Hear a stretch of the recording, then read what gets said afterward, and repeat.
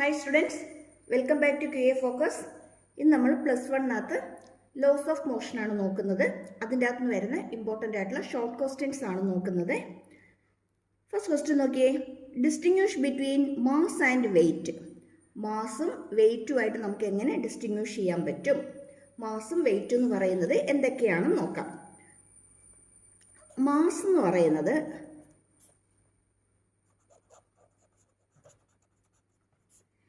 amount of matter in an object. Amount of matter in an object. മലയാളത്തിൽ എന്താ പറയുന്നേ? ഒരു വസ്തുവിലുള്ള ദ്രവ്യത്തിൻ്റെ അളവിനെയാണ് എന്ത് പറയുന്നത്? മാസ് എന്ന് പറയുന്നത്. മാസ് എന്ന് വെച്ചാൽ മലയാളത്തിൽ പിണ്ഡം പഠിച്ചിട്ടുണ്ടല്ലേ? ഓക്കെ, എന്താ വെയിറ്റ് എന്ന് പറയുന്നത്? വെയിറ്റ് എന്ന് പറയുന്നത് the force with which earth attracts an object towards its center. ഒരു ഒബ്ജക്റ്റിനെ എർത്ത് അട്രാക്റ്റ് ചെയ്യുന്ന ഫോഴ്സിനെയാണ് എന്തെന്ന് പറയുന്നത്? വെയിറ്റ് എന്ന് പറയുന്നത്. അതായത് force of attraction of earth. Force of attraction of earth, അതിനെയാണ് എന്ത് പറയുന്നത്? വെയിറ്റ് എന്ന് പറയുന്നത്. ഇനി നമുക്ക് നോട്ട് ചെയ്യേണ്ട അടുത്ത പോയിന്റ് എന്ന് പറയുന്നത്, മാസ് സ്കെയിലാർ ക്വാണ്ടിറ്റി ആണ്, വെയിറ്റ് വെക്റ്റർ ക്വാണ്ടിറ്റി ആണ്. ഇനി മാസിന്റെ യൂണിറ്റ് എന്ന് പറയുന്നത് കിലോഗ്രാം ആണ്. വെയിറ്റിന്റെ യൂണിറ്റ് എന്ന് പറയുന്നത് ന്യൂട്ടൺ ആണ്. വെയിറ്റിന്റെ യൂണിറ്റ് ന്യൂട്ടൺ ആണ്. ഇനി മാസ് നമ്മൾ എവിടെ പോയാലും കോൺസ്റ്റന്റ് ആയിരിക്കും. കോൺസ്റ്റന്റ് ആയിരിക്കും. അതേസമയം വെയിറ്റോ കോൺസ്റ്റന്റ് അല്ല, നോട്ട് കോൺസ്റ്റന്റ്. ഇനി കുറച്ചും കൂടി ക്ലിയർ ആയിട്ട് എഴുതണമെങ്കിലോ, varies from place to place. സ്ഥലം മാറുന്നതിനനുസരിച്ച് എന്ത് ചെയ്യും? വേരി ചെയ്യും, വ്യത്യാസം വരും. ഇനി ഇതിനൊരു പോയിന്റ് എന്ന് പറയുന്നത്, മാസ് എന്ന് പറയുന്നത് എം ആണ്, വെയിറ്റ് എന്ന് പറയുന്നത് W=mg ആണ്.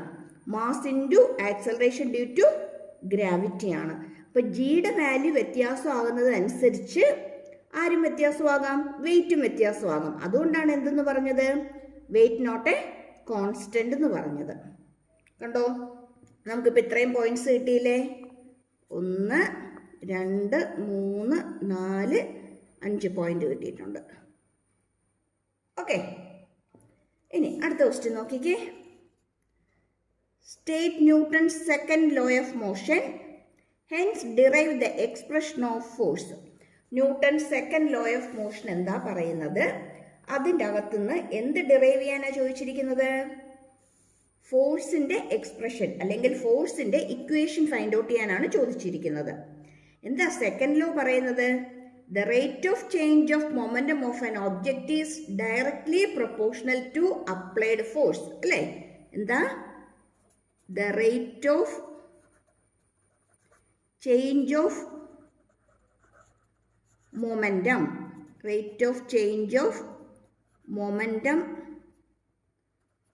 of an object is directly proportional to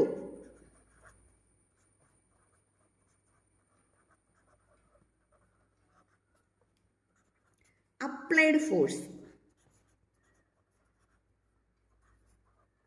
The rate of change of momentum is directly proportional to. The rate of change of momentum is directly proportional to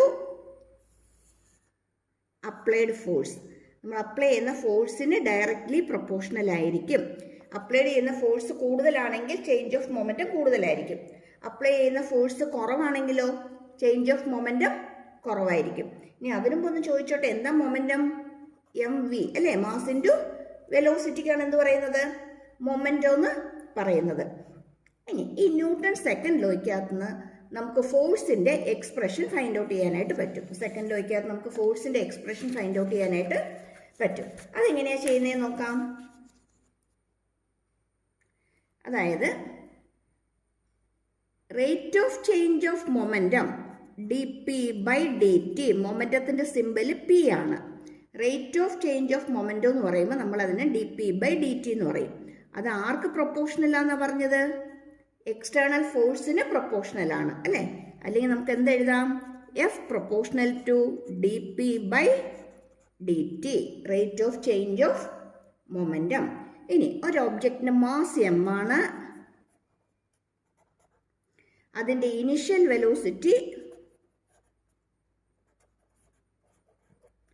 U ആണ്.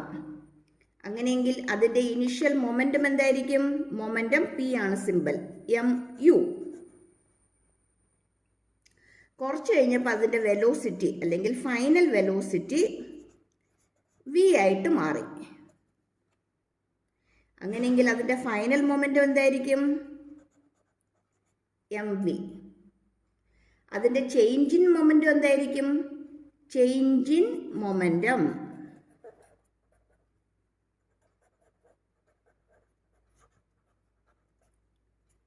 Final minus initial, that is mv minus mu. ഒരു m common ആയിട്ട് പുറത്തെടുത്താൽ m into v minus u എന്ന് വരും അല്ലേ? ഇതിനകത്ത് rate of change of മൊമെന്റോ? Rate of change of momentum means momentum p അല്ലേ? P equal to m v minus u ആണ് change in momentum, that divided by time. Change in momentum divided by time. Okay, അങ്ങനെയാണെങ്കിൽ ഇവിടെ നമുക്ക് m into v minus u by t, that is change in velocity by time. Change in velocity by time, that is acceleration a ആണ്. ശരിയാണോ? ഇവിടെ എന്താ പറഞ്ഞിരിക്കുന്നത്? Force proportional to rate of change of momentum. ഇവിടെ നമുക്ക് rate of change of momentum എന്താ കിട്ടിയേ?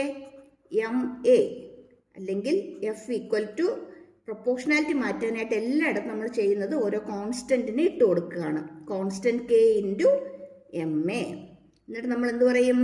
ഇതിന്റെ വാല്യൂ 1 ആണ്. അങ്ങനെയെങ്കിൽ എഫ് ഈക്വൽ ടു എന്തെന്ന് കിട്ടി? എം എ എന്ന് കിട്ടി. ഇതാണ് ആരുടെ എക്സ്പ്രഷൻ? ഫോഴ്സിന്റെ എക്സ്പ്രഷൻ. കണ്ടോ, സിമ്പിൾ അല്ലേ? മാസ് എം ആണ്, ഇനിഷ്യൽ വെലോസിറ്റി യു ആണ്, ഇനിഷ്യൽ മൊമെന്റ് എം യു ആണ്, ഫൈനൽ വെലോസിറ്റി വി ആണെങ്കിൽ അതെന്തായിരിക്കും? എം വി ആയിരിക്കും. ചേഞ്ച് ഇൻ മൊമെന്റം കാണണമെങ്കിൽ ഇതിന്റെ ഡിഫറൻസ് എടുക്കണം. അപ്പോൾ റേറ്റ് ഓഫ് ചേഞ്ച് കാണണമെങ്കിൽ ഇതിനെ ടൈം കൊണ്ട് ഡിവൈഡ് ചെയ്യണം. ടൈം കൊണ്ട് ഡിവൈഡ് ചെയ്യുമ്പോൾ നമുക്ക് v minus u by t എന്ന് വരും. അത് ആക്സലറേഷൻ ആണ്. അങ്ങനെയെങ്കിൽ f proportional to rate of change of momentum, that means f proportional to m a. കണ്ടോ?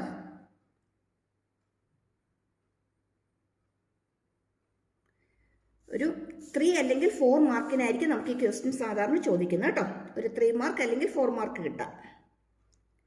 അടുത്ത് എന്താ പറഞ്ഞിരിക്കുന്നത്? ഇനേർഷ്യ. Define inertia. എന്തോ ഇനേർഷ്യ പറയുന്നത്? ഇനേർഷ്യ എന്ന് പറയുന്നത് നമുക്ക് ഫസ്റ്റ് ലോയിൽ നിന്ന് കിട്ടുന്നതാണ് അല്ലേ? ഫസ്റ്റ് ലോ എന്താ പറയുന്നത്? A body in rest continues to be in rest. A body in motion continues to be in motion unless an external force act on it. പുറമേ നിന്ന് ഒരു ഫോഴ്സ് ആക്ട് ചെയ്യുന്നില്ലെങ്കിൽ റെസ്റ്റിലിരിക്കുന്ന ഒരു ബോഡി റെസ്റ്റിൽ തന്നെ ഇരിക്കും, മൂവ് ചെയ്യുന്ന ഒരു ബോഡി മൂവ് ചെയ്തുകൊണ്ടേ ഇരിക്കും. അതാണ് ന്യൂട്ടൺസ് ഫസ്റ്റ് ലോ അല്ലേ? ന്യൂട്ടൺസ് ഫസ്റ്റ് ലോ നമുക്ക് എങ്ങനെ എഴുതാം? A body in rest continues to be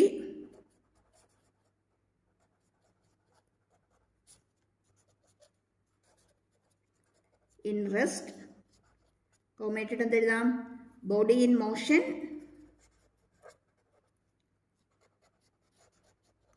continues to be in motion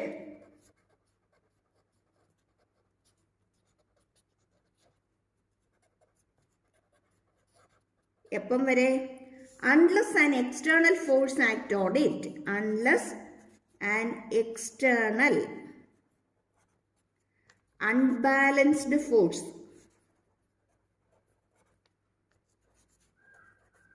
act on it. ഇതാണ് ഫസ്റ്റ് ലോ. അതായത് റെസ്റ്റിലിരിക്കുന്ന ഒരു ബോഡിയെ മൂവ് ചെയ്യിക്കണമെങ്കിലും മൂവ് ചെയ്തുകൊണ്ടിരിക്കുന്ന ബോഡിയെ റെസ്റ്റിലേക്ക് കൊണ്ടുവരണമെങ്കിലും ഡയറക്ഷനോ വെലോസിറ്റി ഒക്കെ ചേഞ്ച് ചെയ്യണമെങ്കിൽ എന്ത് വേണ്ടി വരും? ഒരു എക്സ്റ്റേണൽ ഫോഴ്സ് വേണ്ടി വരും. Why it should be unbalanced force? Apply ചെയ്യുന്ന ഫോഴ്സ് കൂടുതലായിരിക്കണം, എങ്കിൽ മാത്രമേ നമുക്ക് അതിനെ മൂവ് ചെയ്യിക്കാനായിട്ട് പറ്റത്തുള്ളൂ. അല്ലെങ്കിൽ മൂവ് ചെയ്തുകൊണ്ടിരിക്കുന്ന ബോഡി റെസ്റ്റിലേക്ക് വരണമെങ്കിലും കൂടുതൽ ഫോഴ്സ് അപ്ലൈ ചെയ്തെങ്കിൽ മാത്രമേ നമുക്ക് എന്ത് ചെയ്യാൻ പറ്റുള്ളൂ, അതിനെ റെസ്റ്റിലേക്ക് കൊണ്ടുവരാനായിട്ട് പറ്റത്തുള്ളൂ. ഇതാണ് ഫസ്റ്റ് ലോ. പക്ഷെ നമ്മുടെ ഇവിടുത്തെ ഫസ്റ്റ് ലോ അല്ല ചോദിച്ചിരിക്കുന്നത്. എന്താ ചോദിച്ചിരിക്കുന്നത്? Define inertia. ഇനേർഷ്യ എന്താണെന്നാണ് ചോദിച്ചിരിക്കുന്നത്. ഇനേർഷ്യ എന്തായിരുന്നു? ഒരു ഓബ്ജക്റ്റിന് തന്നെ അതിൻ്റെ സ്റ്റേറ്റ് മാറ്റാനുള്ള കഴിവില്ല. റെസ്റ്റിലിരിക്കുകയാണെങ്കിൽ റെസ്റ്റിൽ തന്നെ ഇരിക്കും, മൂവ് ചെയ്തുകൊണ്ടിരിക്കുകയാണെങ്കിൽ മൂവ് ചെയ്ത് തന്നെ ഇരിക്കും. ഒരേ സ്പീഡിൽ മൂവ് ചെയ്തുകൊണ്ടിരിക്കുന്ന ഒരു ഓബ്ജക്റ്റിൻ്റെ സ്പീഡ് കൂട്ടണമെങ്കിലും കുറയ്ക്കണമെങ്കിലും അല്ലെങ്കിൽ മൂവ് ചെയ്യണമെങ്കിലും റെസ്റ്റിലേക്ക് കൊണ്ടുവരണമെങ്കിലും ഒക്കെ എന്ത് വേണം? ഫോഴ്സ് വേണം. ഒരു ഒബ്ജക്റ്റിന് തന്നെ അതിൻ്റെ സ്റ്റേറ്റിന് മാറ്റം വരുത്താനായിട്ട് പറ്റത്തില്ല. അതിനെയാണ് എന്ത് പറയുന്നത്? ഇനേർഷ്യ. അപ്പോൾ നമുക്ക് ഇനേർഷ്യ എന്താന്ന് പറയാം? Inability of a body to change its state by itself. Inertia. Inertia എന്ന് പറയുന്നത് ഇന്നബിലിറ്റി ആണ്. ഇന്നബിലിറ്റി മീൻസ് കഴിവില്ലായ്മ ഓഫ് ആൻ ഓബ്ജക്റ്റ്. എന്തിനുള്ള കഴിവില്ലായ്മ? To change its state by, state means state of rest or state of motion. Move ചെയ്യോ റെസ്റ്റിലിരിക്കോ? It self. അതിന് തന്നെ അതിൻ്റെ സ്റ്റേറ്റ് മാറ്റാനുള്ള കഴിവില്ലായ്മയ്ക്കാണ് എന്ത് പറയുന്നത്? ഇനേർഷ്യ. ക്ലിയർ ആയോ? ഇനി ഇനേർഷ്യ ബേസ് ചെയ്ത് ഒത്തിരി എക്സാമ്പിൾസ് ചോദിക്കാറുണ്ട്. അതായത് മൂവ് ചെയ്തുകൊണ്ടിരിക്കുന്ന ഒരു ബസ് പെട്ടെന്ന് സ്റ്റോപ്പ് ചെയ്താൽ പാസഞ്ചേഴ്സ് മുമ്പോട്ട് വീഴും. അതുപോലെ തന്നെ റെസ്റ്റിലിരിക്കുന്ന ഒരു വെഹിക്കിൾ മൂവ് ചെയ്യാൻ തുടങ്ങുമ്പോഴത്തേക്കും അതിനകത്ത് ഇരിക്കുന്നയാൾ ബാക്കിലേക്ക് വീഴാനുള്ള ടെൻഡൻസി കാണിക്കും. മോട്ടോർ ബൈക്കിലൊക്കെ പെട്ടെന്ന്, സൈക്കിളൊക്കെ പെട്ടെന്ന് ബ്രേക്ക് ചെയ്യുമ്പോഴത്തേക്കും അതിനകത്ത് ഇരിക്കുന്നയാൾ ജസ്റ്റ് മുമ്പോട്ടൊന്ന് വീഴാനായിട്ട് ഇങ്ങനെ ഒന്ന് കുനിയും അല്ലേ?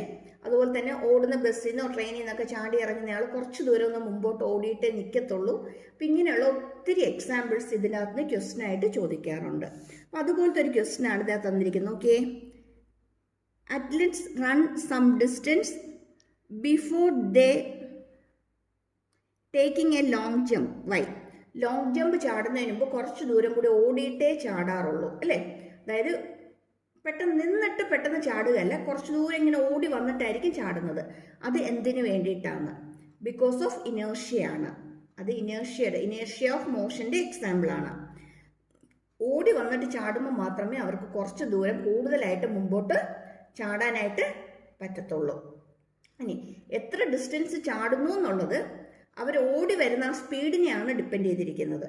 അപ്പോൾ കുറച്ച് ദൂരം അവർ ഓടി വന്നിട്ടാണ് ചാടുന്നതെങ്കിൽ അവർക്ക് കുറച്ച് കൂടുതൽ ഡിസ്റ്റൻസ് ചാടാനായിട്ട് പറ്റും. ലോങ് ജമ്പിനകത്ത് അവർ കവർ ചെയ്യുന്ന ഡിസ്റ്റൻസ് കൂടുതലായിരിക്കും. അതിന് വേണ്ടിയിട്ടാണ് ഓടി വന്നിട്ട് ചാടുന്നത്. അപ്പം ഇങ്ങനെ ഒരു ക്വസ്റ്റ്യൻ കിട്ടിയാൽ നമ്മൾ എങ്ങനെ എഴുതും എക്സാമിന്? നോക്കാം. നമുക്ക് എന്തെഴുതാം? Because of inertia of motion.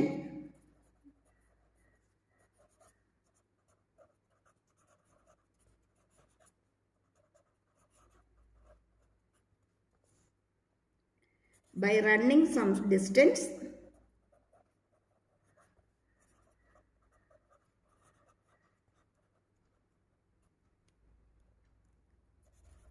before jump, ചാടുന്നതിന് മുമ്പായിട്ട് കുറച്ച് ദൂരം ഓടുമ്പോഴത്തേക്കും they can increase the distance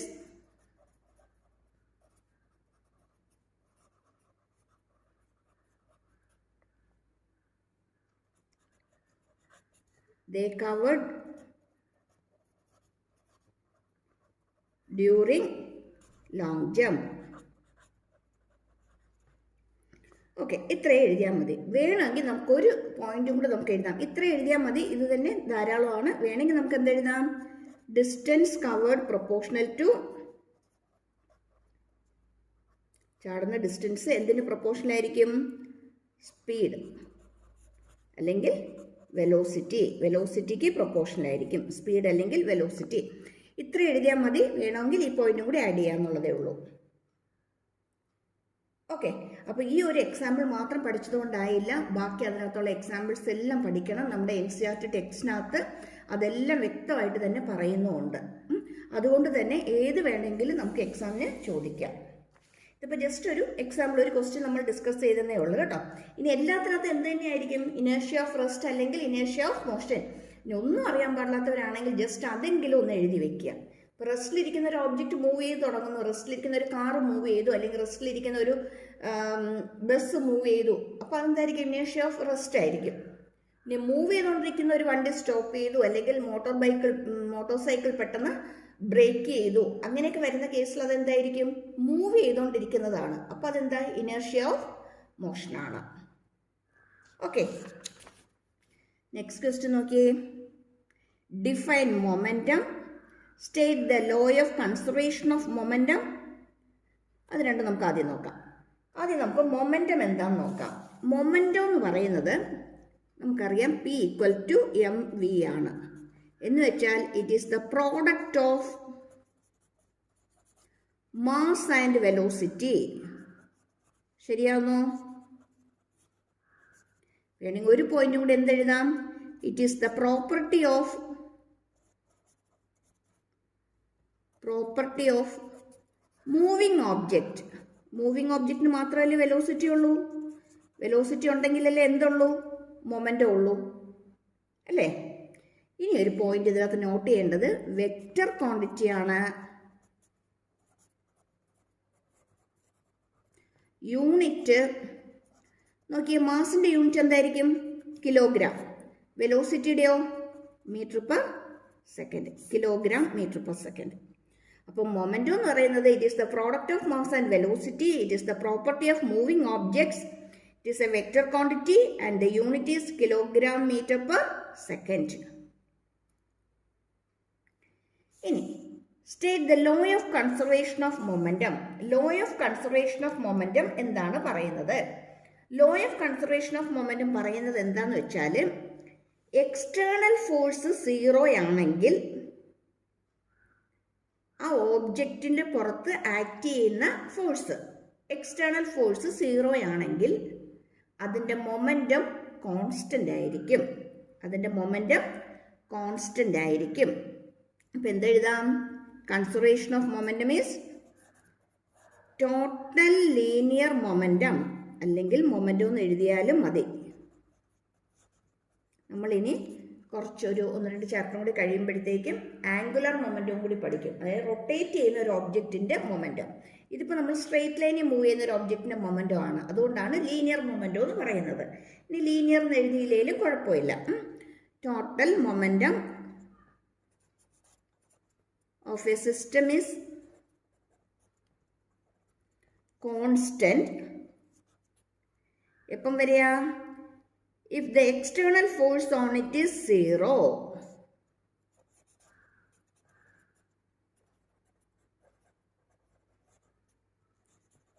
Force on it is 0. external force 0 ആണെങ്കിൽ ആ ഓബ്ജക്റ്റിന്റെ മൊമെന്റം എന്തായിരിക്കും? കോൺസ്റ്റന്റ് ആയിരിക്കും. ക്ലിയർ ആയോ?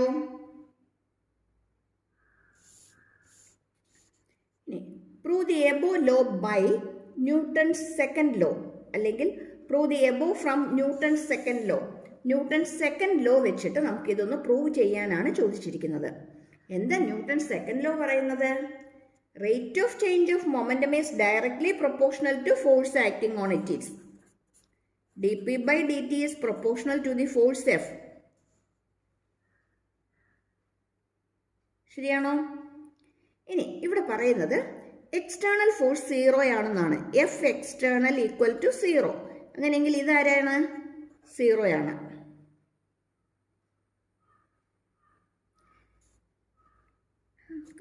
Force equal to range of change of momentum നമുക്ക് എഴുതാം. ഇവിടെ നമുക്ക് F0 ആണ്. F0 ആണെങ്കിൽ dp/dt equal to 0 എന്ന് എഴുതാം.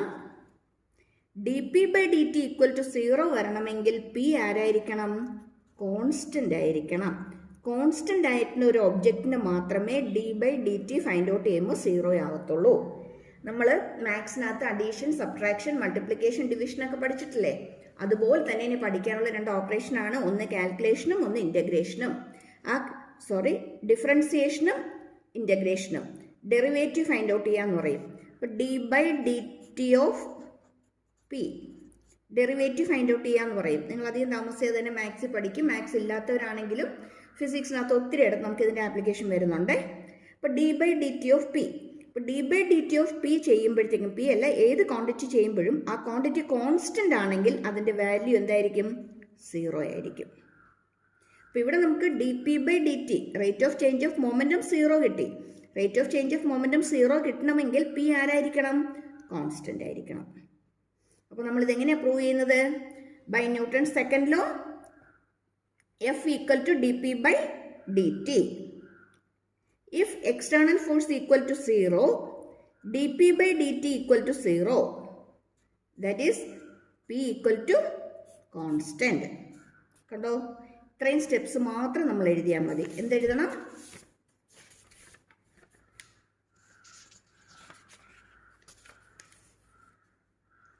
ഒന്നുകൂടി ഒന്ന് പറഞ്ഞു തരാവേ. ജസ്റ്റ് ഇത്രയും മാത്രം നമ്മൾ ചെയ്യുക. F ഈക്വൽ ടു dp/dt ആണെന്ന് എഴുതുക. F എക്സ്റ്റേണൽ ഈക്വൽ ടു 0 ആണ്. അങ്ങനെയാണെങ്കിൽ 0 ഈക്വൽ ടു dp/dt എന്ന് എഴുതുക. അങ്ങനെയെങ്കിൽ P ഈക്വൽ ടു ആരായിരിക്കും? കോൺസ്റ്റന്റ് ആയിരിക്കും. കണ്ടോ? ഇത്രയും മാത്രം എഴുതിയാൽ മതി. നമ്മളത് പ്രൂവ് ചെയ്തു. ഇങ്ങനെ ഒരു ക്വസ്റ്റ്യൻ കിട്ടുകയാണെങ്കിൽ നമുക്ക് ഇതിൻ്റെ അകത്ത് നിന്ന് ഒരു 4 മാർക്ക് നമുക്ക് എക്സ്പെക്ട് ചെയ്യാം. 4 മാർക്കിൻ്റെ ഒരു ക്വസ്റ്റ്യൻ ആയിരിക്കും. ഓക്കെ, അടുത്തൊരു ക്വസ്റ്റ്യൻ നോക്കിക്കേ. Define friction. ഫ്രിക്ഷൻ എന്താണെന്ന് പറയാനായിട്ട്.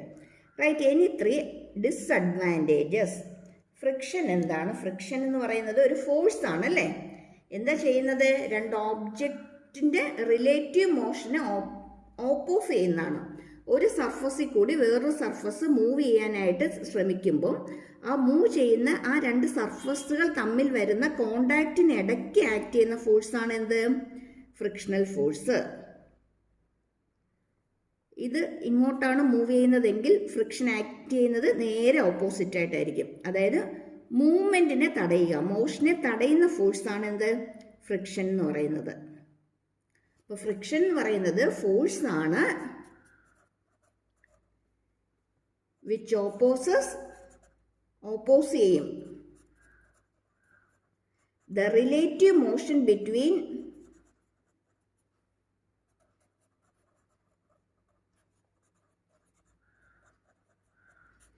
two surfaces in contact.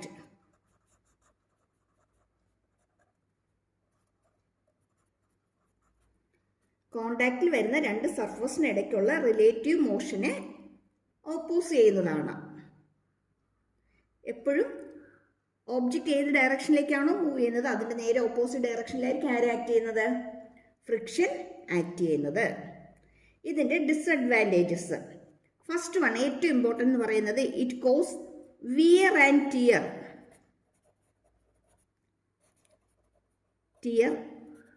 To the moving parts.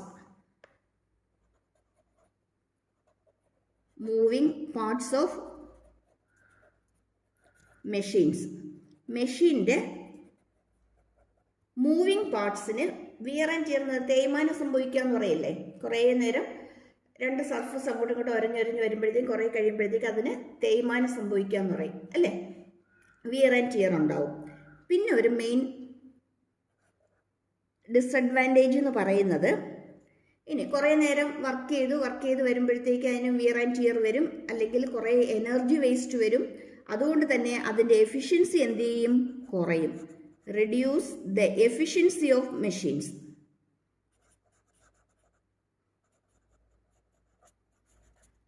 മെഷീൻസിൻ്റെ efficiency കുറച്ച് കളയും. ഇനി എനർജി വേസ്റ്റേജ് ഉണ്ടാകും.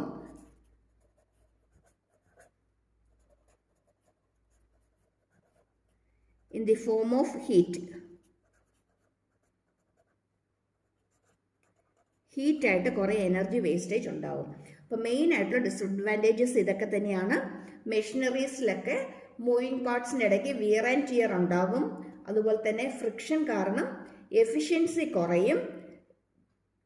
പിന്നെന്ത് സംഭവിക്കും? കുറേ എനർജി ഹീറ്റായിട്ട് വേസ്റ്റായി പോകും. മെഷീൻസൊക്കെ ഒത്തിരി നേരം വർക്ക് ചെയ്ത് കഴിയുമ്പോഴത്തേക്ക് നമുക്കറിയാം അതിൻ്റെ നല്ല ചൂടുണ്ടാവും അല്ലേ. അപ്പോൾ ആ ചൂടായിട്ടുള്ള എനർജി, ചൂടായിട്ട് ഹീറ്റിൻ്റെ ഫോമിൽ വരുന്ന എനർജി നമുക്കൊരു കാര്യത്തിൽ നമുക്ക് യൂട്ടിലൈസ് ചെയ്യാൻ പറ്റുന്നില്ല. അതെന്തായിട്ട് തന്നെ പോകും, വെറുതെ സറൗണ്ടിങ്സിലേക്ക് തന്നെ റേഡിയേറ്റ് ചെയ്ത് പോകും. അതായത് നമുക്ക് എനർജി ലോസ് ഉണ്ടാവും. അപ്പോൾ എനർജി ലോസ് ഉണ്ടാവും, വിയർ ആൻഡ് ടിയർ ഉണ്ടാവും, എഫിഷ്യൻസി കുറയും, മെഷീനറീസിൻ്റെയൊക്കെ എഫിഷ്യൻസി കുറയും. ഓക്കെ, ഇനി ചാപ്റ്ററിൽ നിന്നുള്ള ഇമ്പോർട്ടൻ്റ് ആയിട്ട് വരുന്ന ഷോർട്ട് ഡെറിവേഷൻസും ഡെറിവേഷൻ ടൈപ്പ് ക്വസ്റ്റ്യൻസിൻ്റെ വീഡിയോ ഉടൻ തന്നെ അപ്ലോഡ് ചെയ്യുന്നതായിരിക്കും. അപ്പോൾ എന്തായാലും ആദ്യമായിട്ട് കാണുന്നവരും സബ്സ്ക്രൈബ് ചെയ്യാൻ മറന്നു പോകരുതേ. സബ്സ്ക്രൈബ് ചെയ്യാനും ലൈക്ക് ചെയ്യാനും ഷെയർ ചെയ്യാനും മറന്നു പോകരുതേ. Okay, thank you for watching. അപ്പം +1 കൂടുതൽ സബ്ജക്ട്സിൻ്റെ കൂടുതൽ വീഡിയോസുമായിട്ട് ഉടൻ തന്നെ നമുക്ക് കാണാം. Okay, thank U.